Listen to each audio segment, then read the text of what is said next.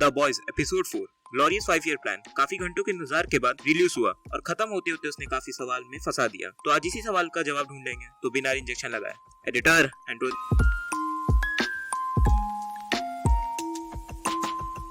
तो इस एपिसोड को एक छोटी समरी में बताएं तो वॉट में सत्ता बदल गई है और अब होमलैंडर वॉट का माई बाप है, क्योंकि होमलैंडर न्यूमैन के साथ मिलकर स्टैन एडगर को फ्रॉड केस में फंसा देता है। फिर दिखाया जाता है कि द बॉयज की टीम रशिया जाती है वही हथियार ढूंढने जिससे होमलैंडर को मारा जा सके, और फाइनली उन्हें वो लोकेशन में मिल जाती है। लेकिन कुछ गड़बड़ी की वजह से वहाँ पर सिक्योरिटी आ जाती है और थोड़ी सी गन फाइट के बाद बुचर सबको रिवील कर देता है कि वो भी एक टेम्परेरी सूप है और बचे लोगों को एकदम होमलैंडर की तरह बेदर्दी से मार डालता है। तभी उनमें से एक व्यक्ति एमएम को मारने जा ही रहा होता है कि यूई उसकी जान बचा लेता है और तब पता चलता है कि महाशय ने भी B24 ड्रग लिया है और अब वो भी टेम्परेरी सूप है। आगे दिखाया जाता है कि बुचर वहाँ के कैप्सूल का दरवाजा उखाड़ फेंकता है और उसके अंदर सोल्जर बॉय मस्त सो रहा होता है। ये सीन मुझे विंटर सोल्जर की याद दिलाता है, लेकिन तभी सोल्जर बॉय होश में आ जाता है और वहाँ से भागने के लिए अपने पावर से दीवार तोड़ देता है और उसी में किमिको को भी चोट लग जाती है, सीरियस वाली, और वो चोट हील नहीं हो रही है। एपिसोड के अंत में दिखाया जाता है कि होमलैंडर स्टारलाइट को किसी छत पर लेके जाता है एक प्यारा सा नजारा दिखाने के लिए, और वो प्यारा सा नजारा उसके दोस्त सुपर सोनी की छितड़े उड़ी हुई बॉडी होती है और वो बताता है कि सराफत से रहो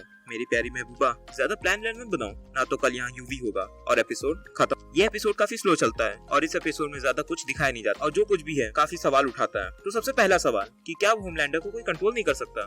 मेरी मानो तो ये सही भी है और गलत भी, क्योंकि पहले स्टैन एडगर होमलैंडर को कंट्रोल कर लिया करते थे और अगर वो किसी के साथ कुछ कर देता था तो उसे पैसे दे के उसका मुंह बंद करवा दिया जाता था। लेकिन जब अब एडगर सीईओ नहीं है तो होमलैंडर अपनी ही चलाएगा और बस सबसे खुद की पूजा करवाएगा, खुद को एक भगवान की तरह ट्रीट कराएगा, और अगर जिसने भी ऐसा नहीं किया तो उसका हश्र बहुत बुरा होगा। लेकिन ज्यादा टाइम तक नहीं, क्योंकि आखिरी में सोल्जर बॉय अपनी कैद से आजाद हो चुका है और वो किसी न किसी तरीके से अमेरिका वापस आएगा। तब होमलैंडर और सोल्जर बॉय में लीडर के लिए मार हो सकती है और सोल्जर बॉय ने स्टैन एडगर के साथ भी काम किया था तो हो सकता है स्टैन एडगर भी वापस आ जाए। होमलैंडर स्टैन एडगर से थोड़े टाइम के लिए छुप तो सकता है लेकिन भाग नहीं सकता। दूसरा सवाल और सबसे कंफ्यूजिंग कि किमिको जो कभी मारी नहीं जा सकती थी, कैसे उसकी चोट सही नहीं हो रही है? इस सवाल का जवाब मैंने बहुत सोचा लेकिन कुछ खास मिला नहीं। तभी याद आया किमिको सोल्जर बॉय के उस अटैक के संपर्क में आई थी। इससे पहले सोल्जर बॉय के पास ऐसी कोई ताकत नहीं थी। कहीं रशिया वालों ने उसके साथ तो कुछ नहीं किया? मेरे हिसाब से जो बुचर हथियार ढूंढ रहा है वो सोल्जर बॉय ही है, मतलब कि सोल्जर बॉय की वो बीम शायद सूप्स को नॉर्मल बना देती है, चाहे वो कुछ समय के लिए क्यों ना हो सकता है इसी वजह से किमिको की पावर जा चुकी है और अब वो मरने की हालत में। तो बस यही थे कुछ सवाल, तो वीडियो यहीं पे खत्म करते हैं और तुम लोग भी बताओ ये अपनी थ्योरी